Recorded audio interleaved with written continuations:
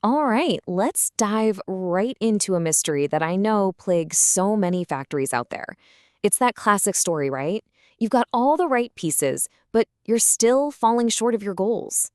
So you've done everything right. You invested in the equipment, you've staffed the shifts.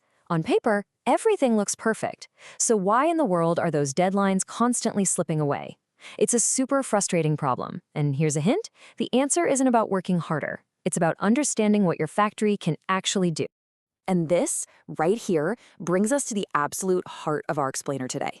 It's this conflict between your installed capacity, the factory you think you have, and your usable capacity, which is the factory you actually have.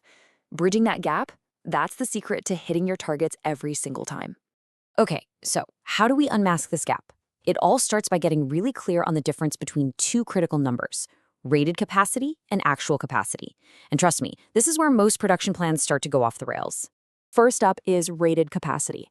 Now, I want you to think of this as the perfect world number. It's what's printed in the machine's brochure, the absolute maximum it can pump out if everything runs perfectly without a single hitch. It's a beautiful number for sure, but it's also a complete fantasy.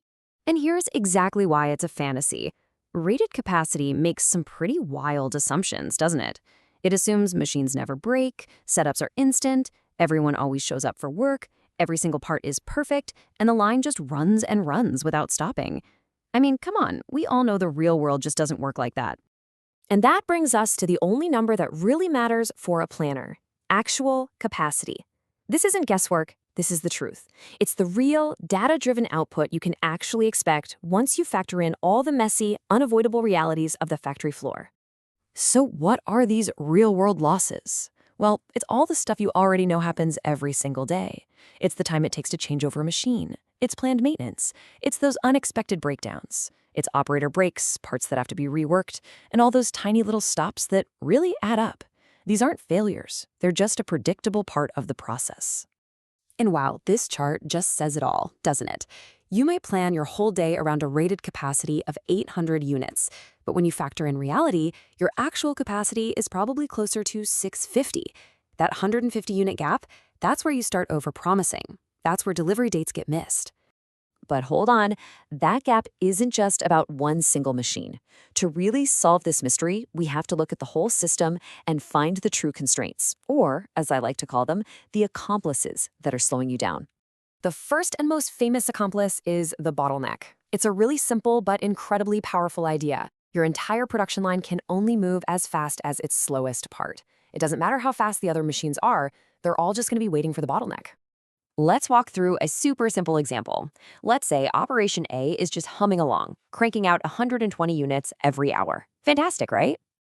But then those parts get to Operation B and it can only handle 80 units an hour. You can see what's about to happen, can't you? A huge pile of parts is going to start building up right before this station. This is our constraint.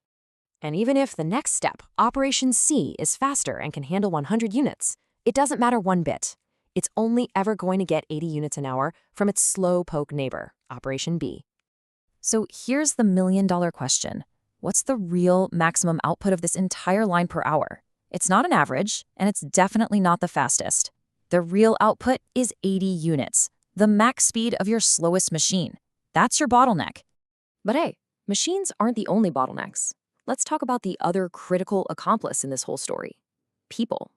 You can have all the machine capacity in the world, but if you don't have a skilled operator to actually run it, that capacity is zero. And manpower constraints are just as real as a slow machine. A shortage of specific skills, not having enough people on the night shift, unexpected absences, or even just the drop in focus from employee burnout, all of these things put a hard cap on your factory's true output. Okay, so we've identified the problems. Now for the good part, the solution. And this isn't about some complicated, expensive software. It's about simple operational math that anyone can do. Let's put it into action. Here's a real-world example. You start with an 8-hour shift, right? That's 480 minutes. Now subtract the real stuff. A 30-minute break, maybe 45 minutes for a setup. That leaves you with 405 productive minutes. If each unit takes 5 minutes to make, you can theoretically make 81 units. But wait, we gotta be honest about reality.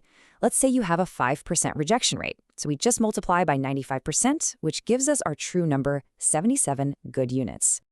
Just look at that difference. The perfect world plan, based on that fantasy number, would have you promising almost 96 units. But the reality? The actual capacity you just calculated is only 77. That 20% gap, that's the whole story. That is why deliveries are late. So what's the payoff for doing this simple bit of math? Well, it's a fundamental shift in how your entire factory operates. It's about moving from a state of constant reaction and chaos to one of proactive control. And this really lays out the two paths you can take. Without this kind of planning, you're just trapped in a cycle of overpromising, chaos on the floor, and burnout, which totally kills customer trust. But with it, you give realistic delivery dates, you create a balanced workload, you build reliability, and you improve the health and profitability of your whole operation.